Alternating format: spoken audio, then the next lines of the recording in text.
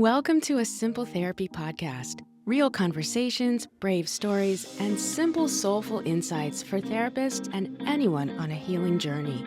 I'm Sindee Gozianski, licensed therapist, supervisor, and a fellow human figuring it out too. Around here, we believe healing doesn't have to be complicated, and that leading with your heart still matters.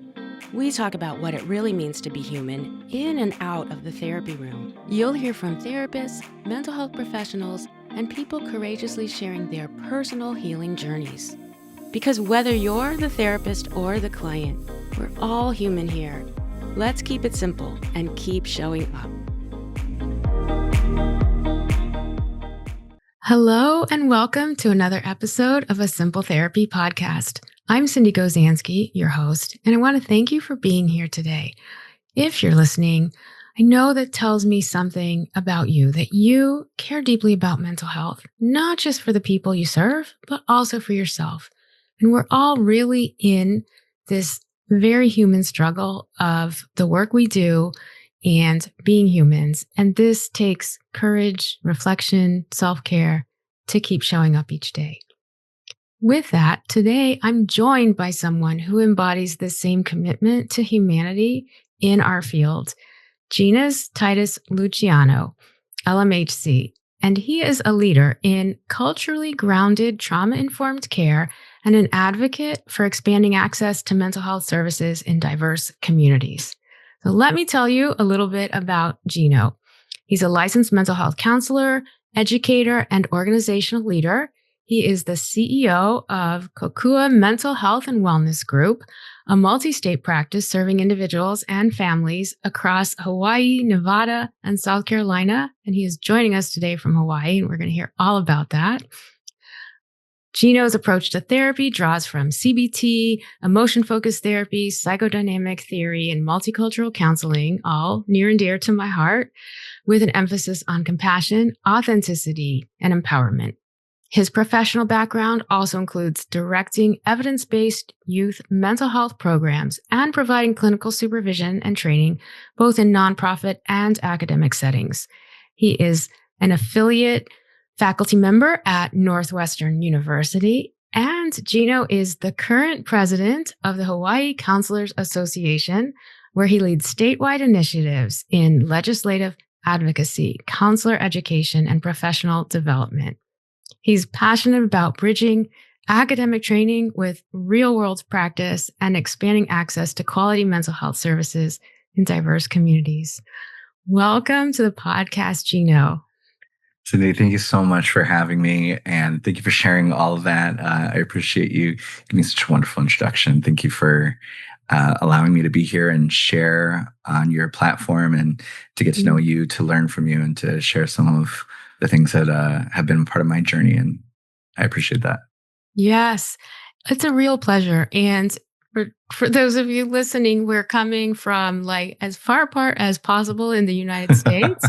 I'm in Maine, Gino's in Hawaii, but tell us a little bit more. Like, let's have some like place location. If you can't see him, he's like in the heart of Honolulu, right? Tell us a little. Yeah, absolutely. So I'm on the main island of Oahu, which is the main island for a lot of people. They consider that it is one of the most populated, the most densely populated of the Hawaiian Islands.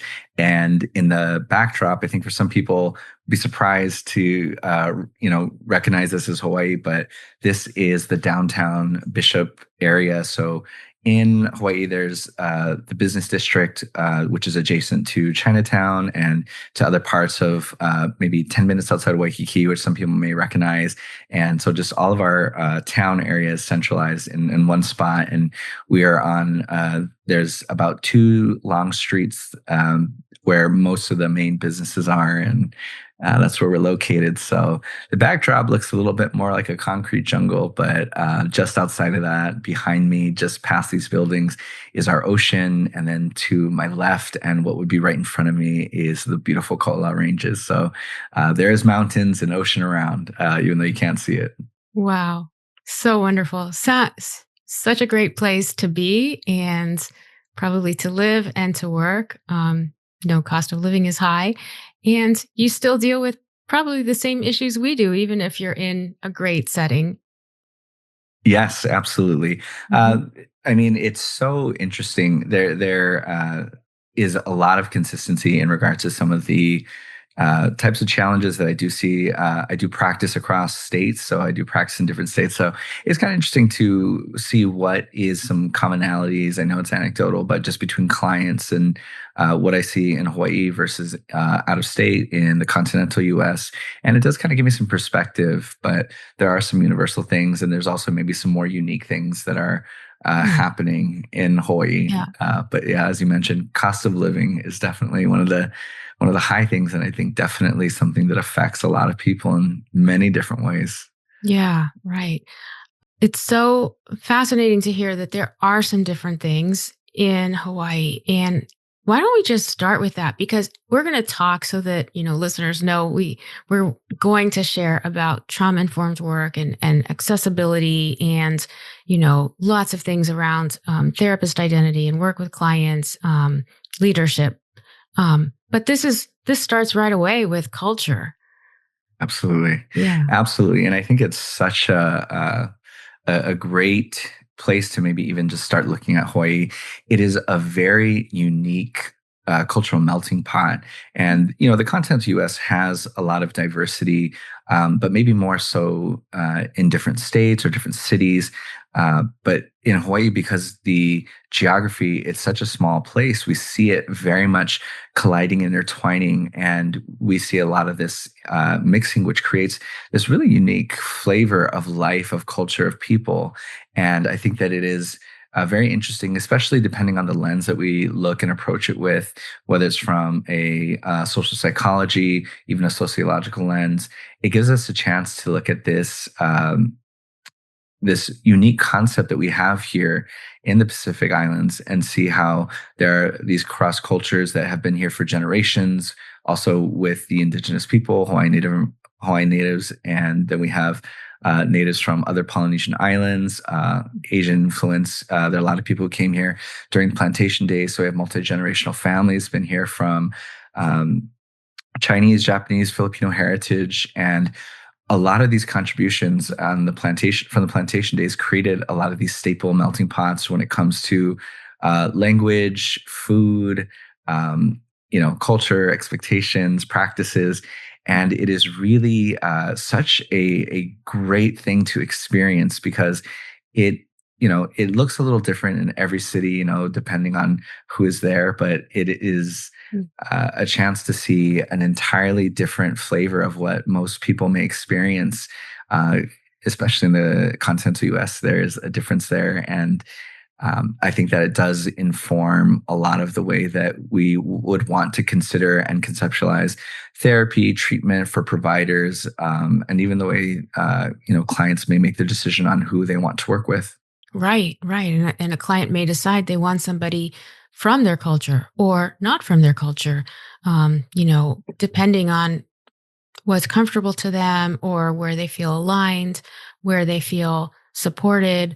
Um, I'm really curious then, maybe if we could start with like you kind of sharing about your background. And, I wish I could say Hawaii the way you do, but share a little bit about your background and how your identity then has kind of shaped your development into the field as a therapist, educator, leader, all of that. Absolutely, and I think that that's really important to. I'm sure a lot of people's journeys, but what I found, especially with cultural identity, with understanding parts of myself, was really important when it became time to work therapeutically in diverse environments. To understand yourself is something that a lot of people going through the clinical training, you do a lot of reflective moments. And so when I look at myself, my background, what I bring to the table and how that interacts and the dynamic between others, to share about myself, I am of Native American and Mexican heritage. So closer to maybe about half and half. I was Wow. adopted at a couple months old to a family and raised here. I have a very Italian name, Gino Titus-Luciano, and a lot Right. of people think that I'm Italian. I'm not. Sometimes I'll just say yes just to make it easier. And that was something that that was also brought to my attention, in inquiring why, and that there was a lot of thought. And so, being of First Nation heritage, and with seeing people here, the Polynesian cousins, also tribal of indigenous people. Growing up, I was very fortunate to be around a very loving, supportive community of, I would say, a very diverse background of friends, people we would call Hanai, which is an extended family, a community of people who you are close with and have these bonds with. And it was really great to have that and to experience a life growing up in Hawaii. And there are things that I recognize just for myself, such as, the way that I speak now. I kind of call it my customer service voice, because it is something that I use, especially in the work that I do. At a young age, I know that, so Hawaii has its own accent, and it is, a language pidgin is a very common thing that you'll hear when you're on the islands. And it's a little different, again, regionally, but there is a lot of people at a young age who were told not to speak that way. And I know that there were several times in which I was scolded for the way that I would speak. Wow. And it was really correlated to the way that you speak equates to the type of work that you can do and will do as you get older. And so there's so much from a young age that is primed into you, and a lot of things. And I thought that this was really important as I started to reflect on my journey, the journey of others, the people around me, and then the people that I work with. And as I consider all of this, it became really important and informative to the work that I would do and the way that I eventually would want to practice and structured my clinical work and the organization that I lead. And so I thought that was really significant. In Hawaii, there again is so much unique qualities and aspects that when I was in grad school, my supervisor was leading a study on looking at interventions that were designed. She worked in the Department of Justice. She worked in the prison system. That's where I got to do my internship. And she was looking at, I was such a fortunate thing. And so she comes from Polynesian background as well. She was of Native Hawaiian, and she was looking at how the types of interventions were designed and were they really created with the diverse population in mind, and the cultural aspects of Hawaii, specifically in regards to rehabilitation, the reduction of recidivism. And it was so unique and significant, because as much as some of these things feel like undertones that you're aware of, when it's really brought to the forefront of thought, especially around culture, it helps you to be really mindful of it. And I think that we're always trying to be reflective in this field as practitioners and clinicians. But it was very inspiring to consider that, because it made me really think and have a critical conversation about the type of work that we do, the training we receive, and how that is very Occidental Western philosophy. And how does that interact with people who have such a diverse background, people, again, of East Asian culture, people from Melanesia, Micronesia, Polynesia, Oceania here, and what it means for them, their relationship with Western culture and histories, and all of that put together was very, it was illuminating, to say the least. You could talk about this for hours, Gino. Like this is so great, and something that most of us just really only get a taste of, And when I think about, people throw around like, oh, person-centered, I do person-centered work. And then you just gave a great example of, well, would that type of rehabilitation really be person-centered and, culturally aligned for different populations, right? Like there's so much nuance that we overlook. And then adding in the Western influence, versus somebody from more Eastern backgrounds who might not even go seeking mental health services, or, choose other avenues to, look at wellness, and how can that be incorporated into standard mental health care that maybe, you provide. I imagine there are so many different nuances and ways to look at this, but also that it could be really expansive. Absolutely. And I think you're right. I'm sure we could have just hour-long discussions on just any subject and offshoot that comes from this. And Mhm. so to try to give some direction about how this maybe informed the way that I wanted to create my professional identity and the work that I would do, and how this really impacted me. And with all this in mind, as I went into my clinical work, I started my secondary graduate academic training a little bit after I jumped into my professional career. So I first started working I feel that I was really fortunate to work in different sectors of mental health, from social work, social services, to behavioral health. And I originally started in an adult therapeutic foster home for people who were wards of the state who no longer were able to be cared for by their families. And the primary diagnosis was autism. So I worked in that area, and I thought, this is really fascinating. This is a world of mental health that I had no idea about. And this was as I was finishing my undergraduate work. Then I worked in administration following that for a behavioral health company, again, specializing in autism. I worked in the training department. So that was a really eye-opening thing, because that's where I met a lot of clinicians with different backgrounds than just ABA is one of the forerunners now and very prevalent. But at the time, a lot of people who were leading the the clinical development plans, the behavioral specialists that were informing the work done by the paraprofessionals, came from marriage family therapy. They were licensed mental health counselors, psychologists, and so I got a chance to. I really feel like get access to a bunch of different people, and it really, was my first look at thinking, okay, if I want to work in mental health, do I want to be an admin or do I want to be a clinician? And I felt like, although I was working in admin, I got a little bit of both, and got to understand it. And so from there, I went to graduate school and worked until I think about the last 6 months of my graduate training, where I was just fully immersed in my internship.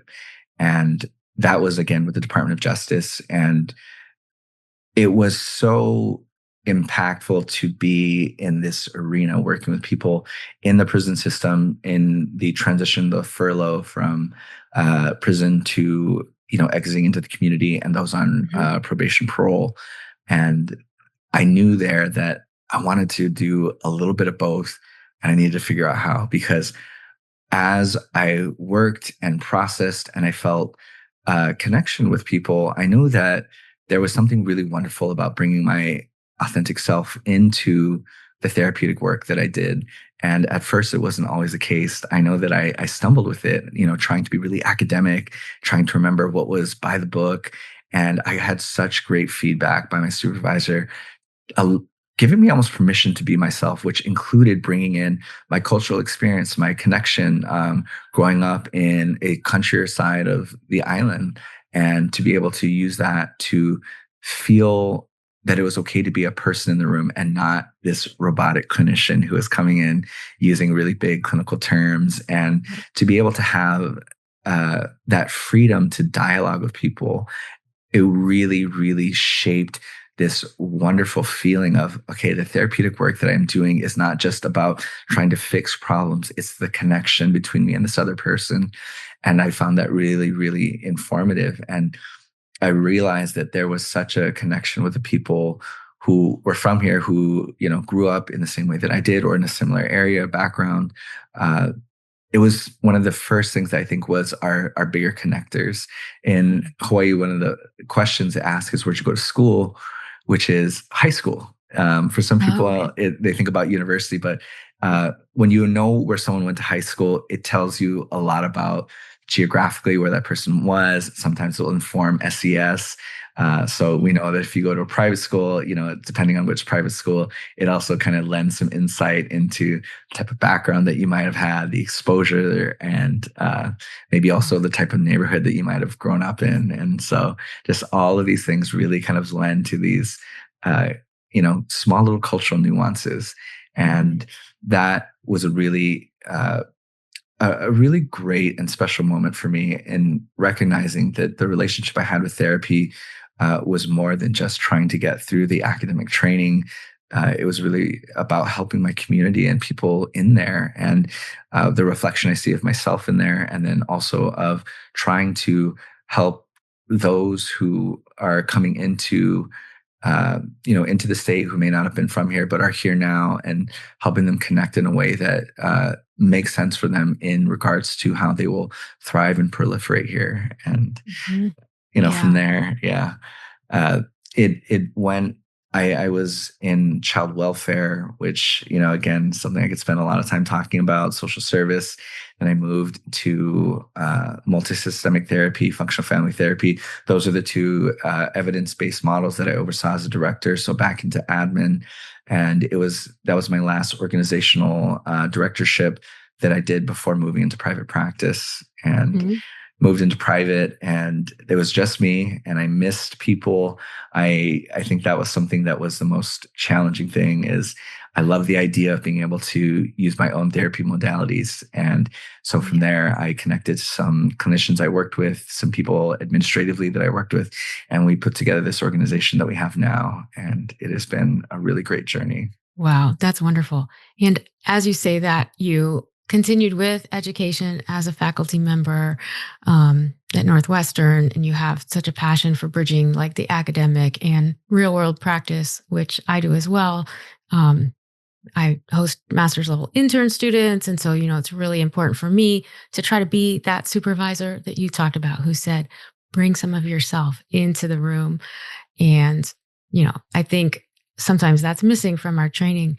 Um, and also, Gina, then you went and became the president of the Hawaii Counselors Association. So that's just amazing. And I'm listening to your work experience and your background and thinking, wow, that's so important. And I really hope people hear that, because sometimes we newer therapists leave out some of those steps, and there's nothing wrong with going right to private practice, but you also miss some of the learning, the personal development, the connections that you can make, networking, even just growth by having a few other experiences. And so I love that that really informed your career.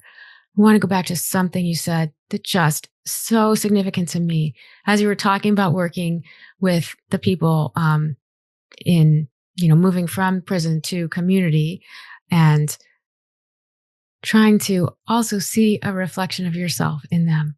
That to me is gold. That's so hard for therapists to remember to do, especially with people who might seem so different than we are, to say that, like, just like me, or to see that reflection. And I think that's a really important part of your compassion and authentic based approach to the relational work of therapy.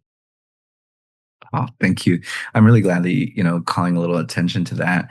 Uh, that was one of the biggest, I think, light bulb training moments, however you want to conceptualize it, that, and I think it's wonderful that you are leading in a way. It's so great to know that there are supervisors out there, because it's so impactful. It's been some time since I was in my practicum and internship, but the lessons from that still stick with me to this day. So I imagine that your students that you're working with and the people that you supervise are getting that, these are foundational moments that will carry on throughout their career. But having the perspective of, when you look in towards a certain population, you have base assumptions. And when you think of somebody who is coming out of prison, whether they're a felon or on, X, Y, or Z charges, when you look at them, it is easy to look at that label, and it's easy to look at certain things and lose along the way that humanity there. And a lot of people who have been institutionalized, they're used to being looked at, spoken to, talked to in this way. And it is really unfortunate that that is the case for, what happens in our corrective, our justice system. But that is a part of it. And to learn to not do that, to not be a part of that, to look at that and to see, this is a person who made choices. They have feelings, they have thoughts. They have may have made a lot of negative choices, or one negative choice, however many, whatever it was. this is where they are, but it doesn't take away their humanity and aspects of them that are so significant to remember that you are working with a person. And how close we have been in life. I was, a rascally kid when I was younger, and school was not a priority to me. It was absolutely, if my friend in high school was like, "I hear the waves are up, let's get out of here," we would ditch school, and we were doing things that we probably shouldn't have been doing at certain points. Um, That's and so awesome because I wanted to ask if you were a surfer since I'm talking to somebody from Hawaii and you just yeah. brought it in. So I love it. Yeah. Being in the water is such a fundamental part, I think, of a lot of people, not everybody, but most people's experience about being on the island, and something that I always would recommend anyone take advantage of. Get in the water. It is such a wonderful feeling. And yeah, so I loved it. And a lot of my youth, we spent just all around the island, getting into the different oceans. Oahu has, I know I'm biased when it comes to the outer islands, but some of the beaches here I think are the best in the Hawaiian island chain. We have some really great surf spots. They host the Eddie Aikau in Waimea Bay, which is the invitational that the minimum wave height has to be 30 feet. So these are some, Wow. the best of the best are coming in to do that. And then they have the Triple Crown over at Pipeline. And there's a lot of amazing beaches, both to either get in the water with or even just admire. And so I That's know that, awesome. I know I spent a lot of time when I was younger doing that. And I think that I'm sad sometimes to reflect on how often I get into the water now as an adult. And that is something that I'm like, oh, when's the last time you're at the beach? You need to go. Okay. And yeah. That's that's your sign. That's the sign. That's the sign. Yeah. Next podcast at the beach. Exactly. That's so great. We'd have a better background too. Um, but that's also like so important. We do this hard work and you have to have those outlets, or else we can't keep showing up. I think that's a big part of the learning curve of becoming a therapist with like sustainability. Otherwise, we're not going to be able to sustain ourselves in this work. Absolutely. Yeah. Having outlets, and I think especially speaking to people in private practice as well, it is a little harder for people to put down their work hat because there's a different pressure. And one of the first things we tend to put on the chopping block is what we see as anything that is a want versus a need or an amenity. We're going to get rid of that. So whether it is something as health in regards to diet, what's easier, something fast, efficient, and maybe not good for you, or spend the time shopping around, putting something nice together. That takes time. Exercise takes time. Prioritizing happiness can take time, and it can be really anxiety inducing for people. I've talked about this professionally, where people have talked about this extreme guilt that they feel having fun when they know that there's work to be done. And that is, not something that, mental health professionals are immune to. It's a real thing. And I know that I've experienced that. There are times where I've been out and in the back of my mind, I'm like, oh my gosh, I know I got so much work to do. Okay, I better only stay for like another 20 more minutes. And there are times where I've absolutely caught myself and said, no, you know what, I'm going to enjoy this, because at a point I recognized there will always be the next project I need to work on. There will always be something. And if I can commit part of my time that I'm doing to it, that's wonderful. And I also use it to inform when I need support and help. And that I think has been one of the anchors in allowing me to find this balance in the work that I do now, is recognizing when I need help. When do I need to tap someone in and say, hey, I need some help with this? And I recognize that may not be something everyone gets the opportunity to do in private. But I think that just like everything that we do, if there is a barrier, we can find ways to work around it, to adjust, to grow. And if there's a need, if we are recognizing that we're not able to have and give ourselves these outlets for happiness and just to experience life, to enjoy it, that is a need being unfulfilled. So how do we address that? And that is something that when we really talk about self-care, that is so important, because it's not about making an appointment for a massage for one day, every 3 months. That is self-care, but how do we consistently do that? Because, are we working in this field to just work? Is it a part of our journey that we're also giving ourselves permission to thrive in the same hopes we would with our clients? And so I think it's an important conversation for clinicians. Thank you for sharing that. And, the vulnerable part of it too, when we can hear other therapists, and leaders share that they experience the same thing, it normalizes it and it gives us permission to, look inward. And I love that, having the same hopes for ourselves that we do for our clients. That's really, really important. So, I have a bunch of notes that haven't really completely followed because we're having such a great conversation, Gino. I want to shift just a little bit so we can Of get course. maybe some concrete things that listeners might be tuning into. And we've already touched on this, but let's start briefly with, since we're talking about like the therapist and therapist client relationship, you talk about balancing professional neutrality and emotional presence. And I think we've kind of talked about this a little bit in terms of bringing your authentic self in, having that emotional presence, offering some of your true nature, um, as part of the therapeutic work you're doing when it makes sense.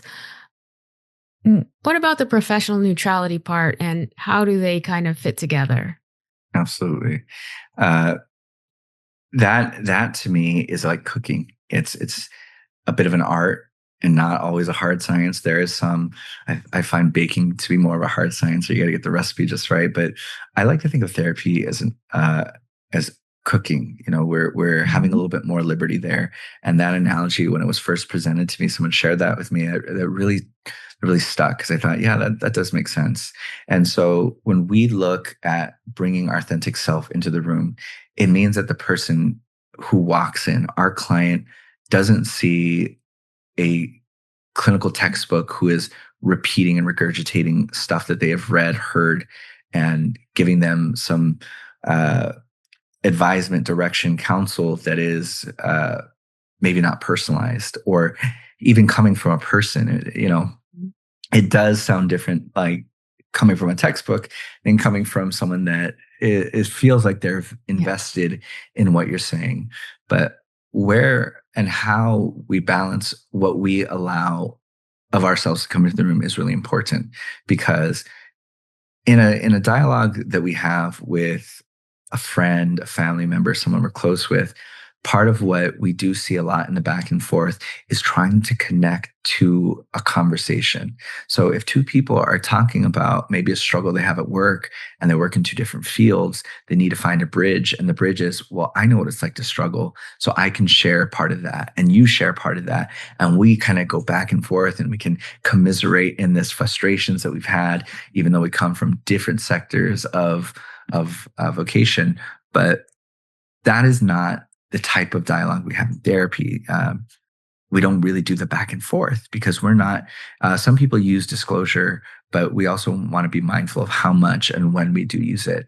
It is also to recognize, when am I showing up the person versus the therapist? Because I can allow my identity therapeutically be, I am a professional, and this professional is a therapist who had all of these experiences. But my work in this moment now is to be this professional me who is coming in to hear you, to work with you, to speak to you. And so if I'm recognizing at some point I'm getting pulled into this on a personal level, we see where that line is, and we can recognize it, because if we feel it, then that's our sign. This is touching the personal me. I need to do the work to put that down and bring out professional me. And I've had conversations with therapists in professional settings about, during supervisions or consultations, where they will talk about things that are very difficult with clients, and where a client may be saying something they don't agree with. They could even be against that person and maybe their beliefs, their representation, and, trying to figure out, what do I do with that? And I think that for a lot of people, there can be different answers. And I don't want to say there's one way to address this, but when it's come to the work that I've done, DEI and, to touch on a hot button issue, that was something that was brought to me. And I had a client who specifically said, I know that you identify with DEI, and, without saying anything to me. And he said, but I don't like it. I don't agree with it. It's not for me. I don't think it should exist. And I think that in that moment, personal me might have disagreed with that and wanted to maybe approach this either as a back and forth, but I didn't, I didn't bring that to the table. I said, okay, that would be personal me, but professional me is curious. And the professional me who shows up recognizes that the person in front of me sees me for a person. And that makes me happy, because the happiness is that my client is looking at me and recognizing he's talking to a person. And, whether he is, preparing this and, trying to frame it to, maybe even qualify it as, I know this might be something, or I'm confident this is something you identify with. In there's actually some, maybe a small level of compassion that doesn't reach through in the same way that maybe we would want it to, or, maybe feel as ideal. But so I tried to take that for what it was worth. And I tried to use this data and information that, Gino, the professional showing up in this, was able to walk this client through the experience that he had with DEI, what it was that it meant to him, what he disliked about it, what he liked about it, if there was anything to like about it, or what he was angry with. And then recognizing where in his life he has felt passed up as a white male. He was a white male, and where he felt that he missed out on opportunities he felt went to others. And part of the way that he came to the conclusion that happened was because if it were merit-based, he felt he would have been chosen. And so maybe it was challenging for him to recognize that maybe there was room for him to grow in this area of merit, or maybe that this selection is not about, I think that the idea people come in with, with DEI, and he came in as, it is the people get it, DEI hires are less qualified, and maybe just challenging that assumption and helping him understand what his relationship was with it and how it was easier for him to talk about it in a global stance versus him himself. And as we really walk through it, I can't say that right now he's out there completely changing his thoughts on things, but what I do know is that we allowed the opportunity for a difficult conversation to come into the room, to talk about it, for him to have different perspective, to understand that perspective, and to walk away at least with a different thought than he came in with it, and even to be able to address and work on things that were hurting him at his core. So I think that if I were to maybe approach that from professional or personal me, the conversation would have been different. But professional me was able to walk in, still be myself, but allow myself to show up as Gino the professional who was invested in my client's journey and not my own journey and my own connection. That is just so brilliant, Gino. That could be a mini course in itself. No wonder you teach counseling skills, and supervise so many people. But seriously, that's just such a great example. And also a deepening of the actual skills that we need to use, right? This is not a skill in a textbook. This is something that, like you said, first you have to feel it. You have to feel a response, and then, negotiate personal Gino and professional Gino. I love how you said when he asked you that, or when he said that, he called you out, like, you like DEI.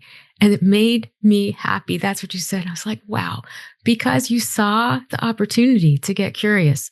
And I really hope people listen back to that, because such a teaching moment. How could we get curious about it?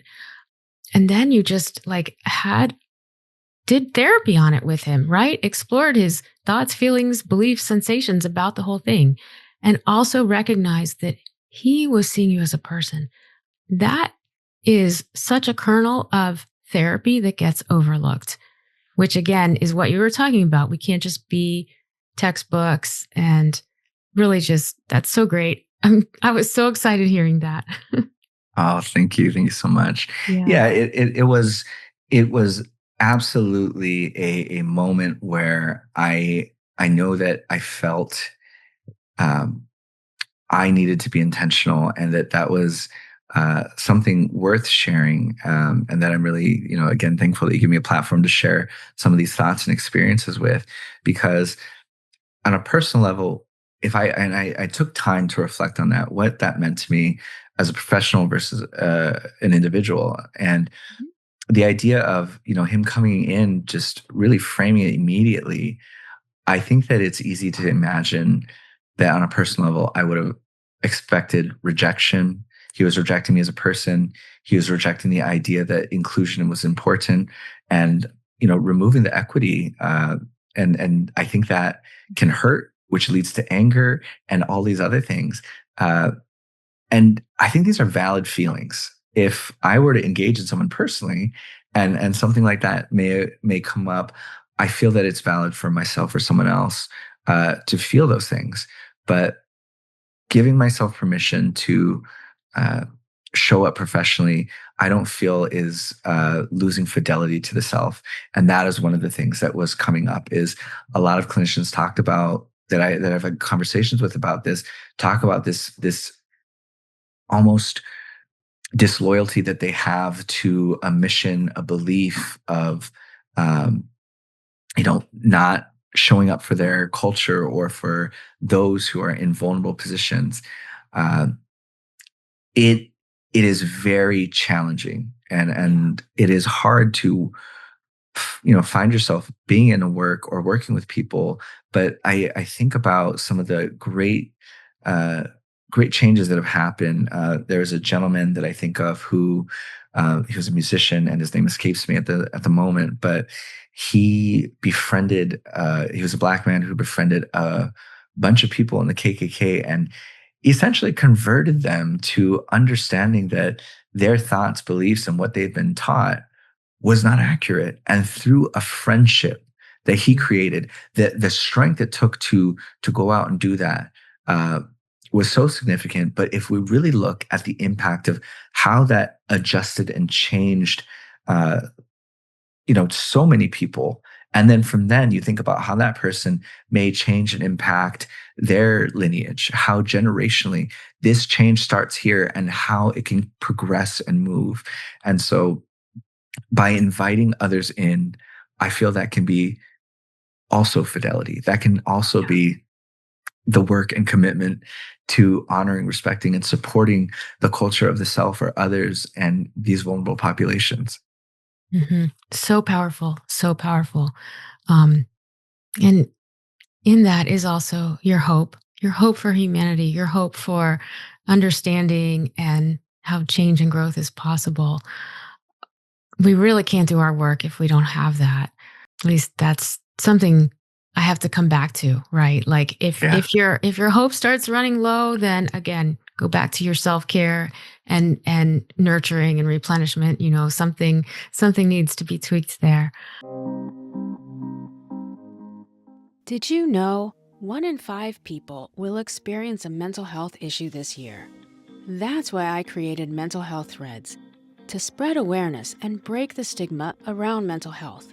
At mentalhealththreads.etsy.com, you'll find a collection of inspiring and fun products, from t-shirts and hoodies to mugs, hats, candles, and more, all featuring positive messages that encourage self-care and mental well-being. Best sellers like Go to Therapy, Love Wins, and Still Here are fan favorites, along with our signature semicolon designs and Pride collection. Therapists especially love our exclusive items like Licensed Listener and Professional Secret Keeper. Our mission is to spark important conversations and remind you that you are not alone. If you're ready to make a statement and support mental health, head on over to mentalhealththreads.etsy.com today. Let's make mental health a priority together. Going to the cultural nuance piece, like of the therapist. So, and you probably experience this even more given, the different states that you're working in, Hawaii and Nevada. Mhm. Is Nevada like this called like the Little Hawaii or something? Is it? So Las Vegas is Oh, called the Las Ninth Vegas. Island. Yeah. The But Ninth Island. the Ninth Okay. Island. Yeah. So they call it the Ninth Island. And that is because I think there are a lot of people from Hawaii who have an affinity with the fun and excitement of Las Vegas. Gambling is something illegal in Hawaii. And so a Okay. lot of people, that's part of the fun and a very prominent vacation destination. And on the other side of that coin, something really important to recognize is uh, you mentioned cost of living in the beginning of our conversation. Yeah. And this is a really a somber, a sad, but a very poignant fact is demographically, there are more Native Hawaiians living in the state of Nevada than there are in the state of Hawaii. Oh And my that gosh. is primarily based on the financial, you know, overwhelmingly expensive, uh, just everything in Hawaii. It's so expensive. That's so And sad. So yeah. there are Native Hawaiians who are not living in their home. They're living Mhm. in Nevada. They're not Wow. living in their homeland. They're in Nevada. And that is because it was seen as a more affordable opportunity to thrive. And it makes sense for a lot of people wanting to have certain amenities that feel that we should, in the trajectory of I want to own my own home. I don't want to pay $10 to $12 for a gallon of milk. And Yeah. it's an unfortunate thing, but that reality is really important. It's fun to talk about it as the Ninth Island because it is, and it is still Mhm. a very fun destination a lot of people go to. But there's a really this other fact about Nevada is really important. And the diaspora, the cultural Yeah. connection that is still brought with people of Hawaii into places like Nevada. There's a lot of community that still hold on to that culture and bond with that there. And so for us, it made sense that Nevada would be one of the first places we started to reach out to because there were a lot of people there of and from Hawaii who may benefit and recognize support from the home state That's and from their beautiful. homeland. Yeah, Right. Right. And isn't that crazy that it's crazy you can actually use the word diaspora and yet we're still talking about the United States. Wow. Absolutely. Yeah. So powerful. Yeah, Hmm. So then, right, you're a therapist who is, of a certain background, whether Hawaiian or a different culture, and your legacy and cultural traditions and everything is very important to you. So what have you seen or how do you conceptualize like when the therapist's culture and culture of self is so important in doing their work in the therapy room? Maybe they're choosing to work with more clients, of their culture, but I could see that maybe can be like difficult at times. absolutely. And it's something that again, to go back to the cooking metaphor, it can be a seasoning that you want to add to the pot, but a little too much, throws off the taste, and not enough, you're missing flavor. And that is really a balancing act where um, a lot of people will talk about cultural experiences, and one of the examples they may use is, and this is relevant and this is real, where um, a great example was a client that I had that talked about she was of Filipino heritage, and then she worked with a therapist who was from the continental U.S. of Caucasian background. At least that's what she presented to the client as she retold the story. And she was talking about her. So she was over 18. She was an adult, young adult, still lived at home, and was talking about the rules, regulations that she experienced with her family, and that they were a very strict. Strict family unit, and that she felt the struggle and pains of trying to grow into her self identity, struggles with things like dating, just having autonomy and time. And the therapist's advisement was to set these boundaries that really make sense when we think about the idea of Well, if there are people infringing on your autonomy, you got to set boundaries with them. And I mean, and again, I talked about the idea of this information and teaching comes from a Western philosophy, Right. but that does not translate well to every cultural group. And where we see a lot of filial piety, where we see a lot of just a different approach to what life looks like in the trajectory. Especially, you have people in this dynamic of immigrant population, those of who are, first generation here, or second generation, and this just kind of coalescence. That kind of advisement doesn't really work, because when we think about it in some terms, that jeopardizes an individual from their group, their tribe. Yes. That could get them kicked out. They could get exiled, Exactly. ostracized. And not just from their small tribe, but from their community at large. So not from their, from not just the clan, but the community. And that is, feedback that the client just recognized right away, that this therapist doesn't get it. I can't go to my mom and dad and be like, Mom, Dad, I'm 18 now. I'm legally an adult, and you no longer have power in what I do and how I spend my time. And it's like, if she were to do that, that just, it's going to cause a lot of havoc and just not very consistent. And it's not to say that there are people who want to just stay in their cultural lines. There are absolutely people who have talked about, these are the cultural lines that I've experienced, and I want to change that for myself, or for my future, for my family, my children. When it comes time for me to be in that role. But for a therapist to come in and maybe lead with that without understanding, or to just offer that advisement and see it as, hey, this is the path, then I think that we recognize, okay, an understanding of the culture would be really helpful here. And so, on the other side of the coin, though, we may have a therapist who over-identifies with something, and then either some countertransference occurs, or they feel like, I know how to deal with this. Trust me, I've dealt with it this way, or this is what I see often. And maybe not taking into the unique experience of the client, or even the idea that the client may want to take steps to build a bridge outside of cultural norms or values. And so there really is, room on both sides of the coin for someone to over-identify or under-identify with a cultural need of a client. But I do think that, again, the majority of that is we see it as a challenge of people maybe not recognizing or even understanding where a cultural need is, or just doing the research on the population or people.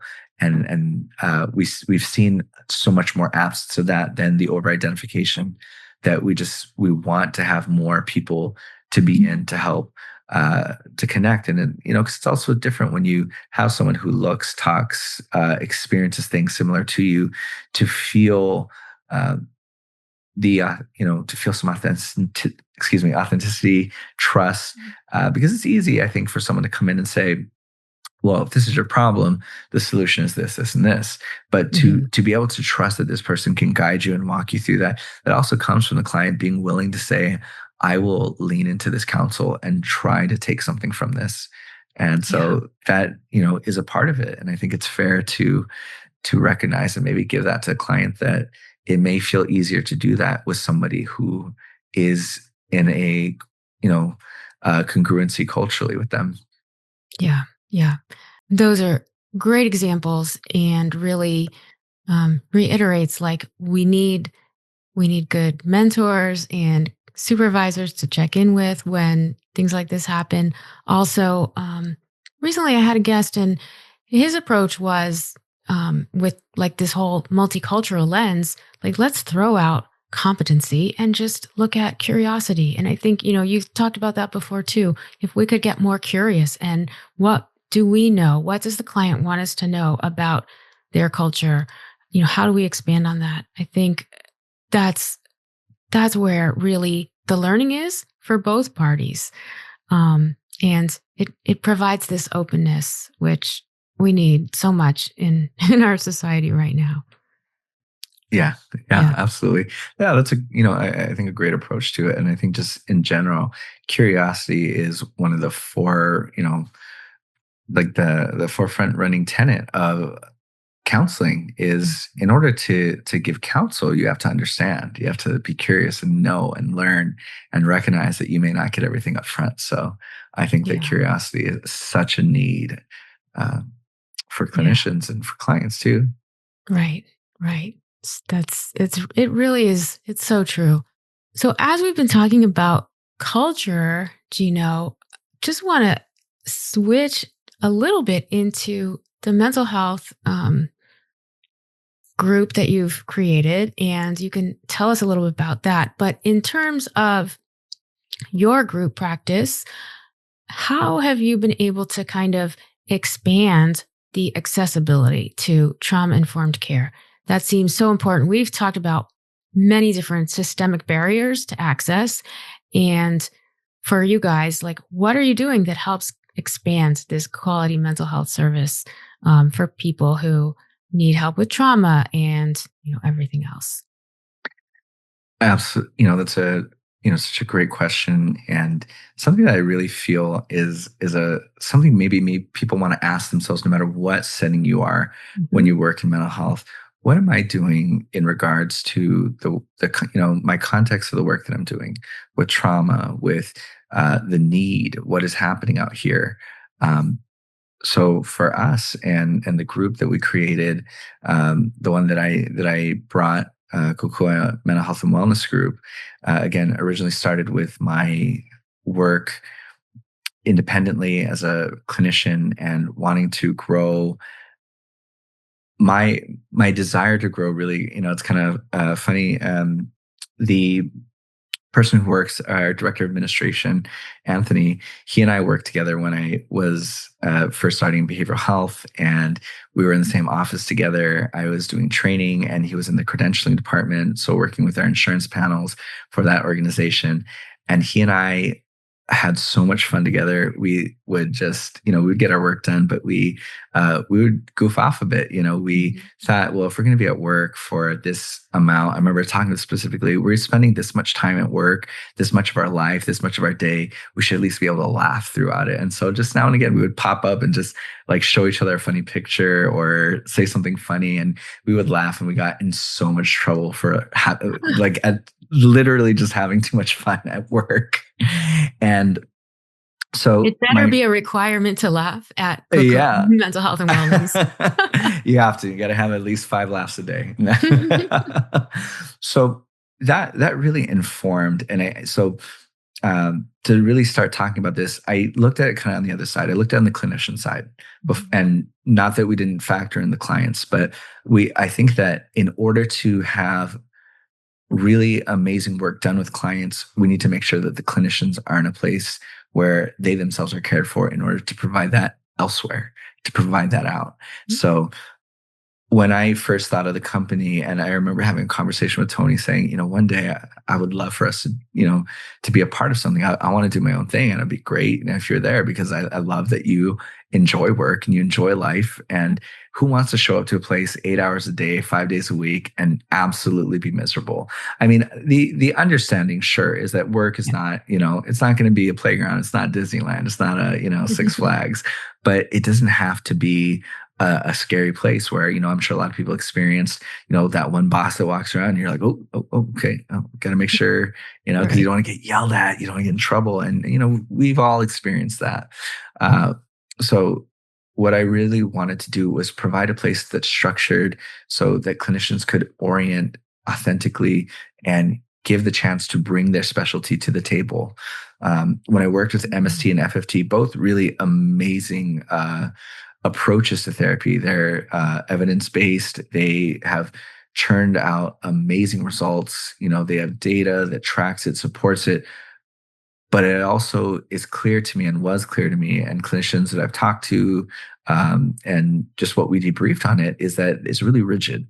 And rigidity is never it's never the be all end all. And not that we were going to find the be all end all in private practice, but what we did recognize is, if we can create something that allows the clinicians to lead from their specialty, then it gives them not just the room to understand their clients through a lens that makes sense to them, but also have the freedom to say, I need to pivot. If this isn't working, how do I adjust for that? What can I bring in? In certain types of modalities that are very rigid, you don't have that flexibility. Yeah. And so that was a big tenet, that clinicians in the group were not practicing based on our structure, but on theirs. And Mhm. when we brought ourselves out into the community, we would say, and I do see, and I talk to clients about, therapy is finding the right shoe for the marathon that you're about to go on. And some people want to do that in a stiletto. Some people want to do it in some Asics, or they want some, some strolling shoes or some boots or whatever it is, whatever you want to wear that makes sense for you. You got to find the right fit. And that is something that we thought was really important in bringing diverse clinicians into the group.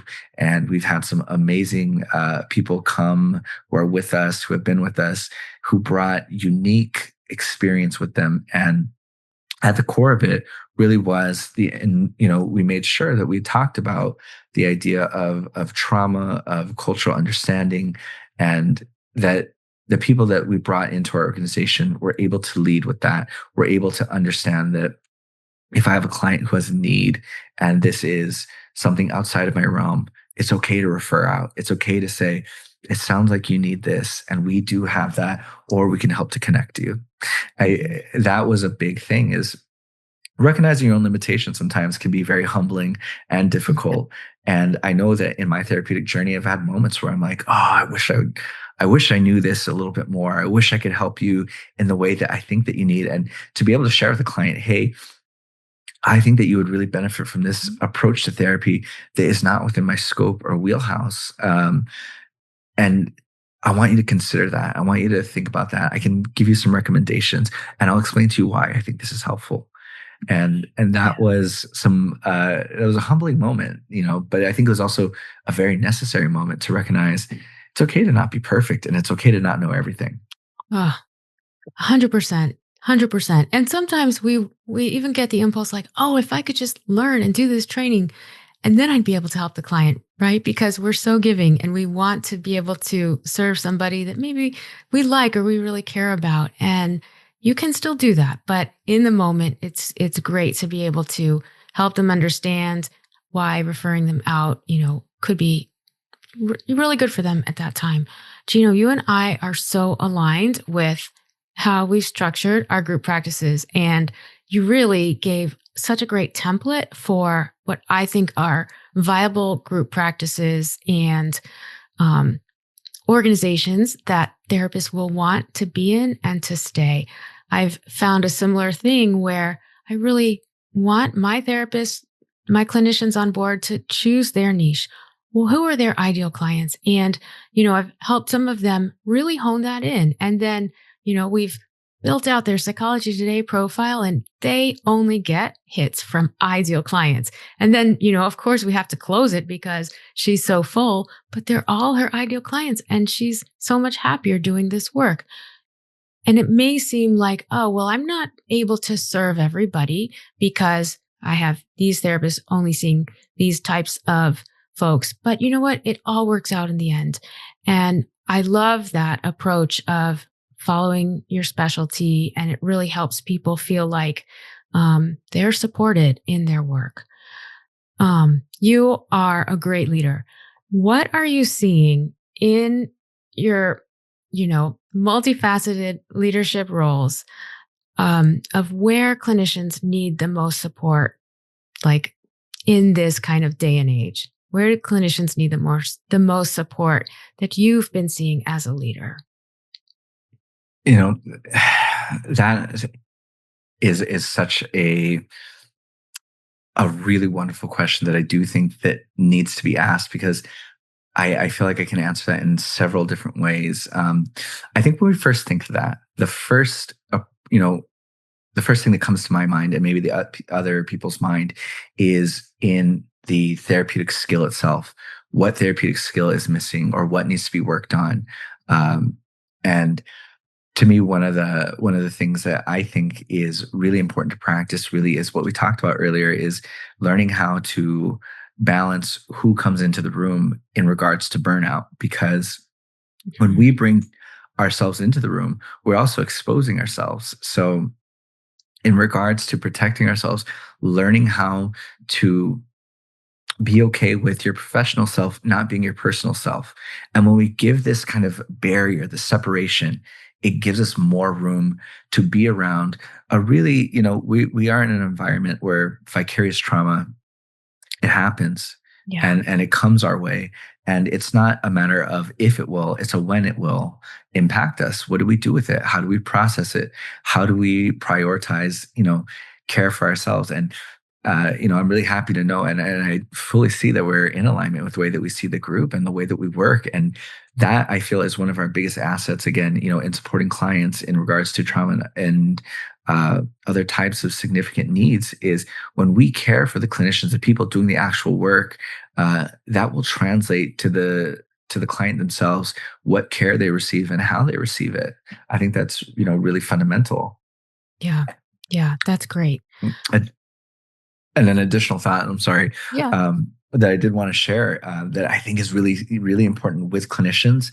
Uh, there are a lot of people who come into this work learning the clinical side. And something that I have heard over and over again is, for those who want to work in private, understanding what the life looks like in a business standpoint. So how do they set themselves up for success? That is a big thing that I do hear a lot from clinicians. How do I work in private practice? How am I going to make sure that I'm doing all the right things, or I don't get in trouble one day with the IRS? Or how do I make sure that I'm, what do I need to know? What are the things I don't know that I should know? Where do I get this information? Who do I go for, for help? So there's that, which is really significant. Um, Yeah. and one of my biggest things, and this may not be in every state, but states that are either without a tiered license for clinicians trying to get hours, and training environments for people in practicum internship and getting their post hours. Uh, Yeah. for a lot of people in Hawaii, we work, and I've said this over and over again, one of the platforms I stand on is, and something that I'm really passionate about, is counselor training. And that is making sure that the training ground that counselors can work in look like, really look like a field in which they should be practicing in.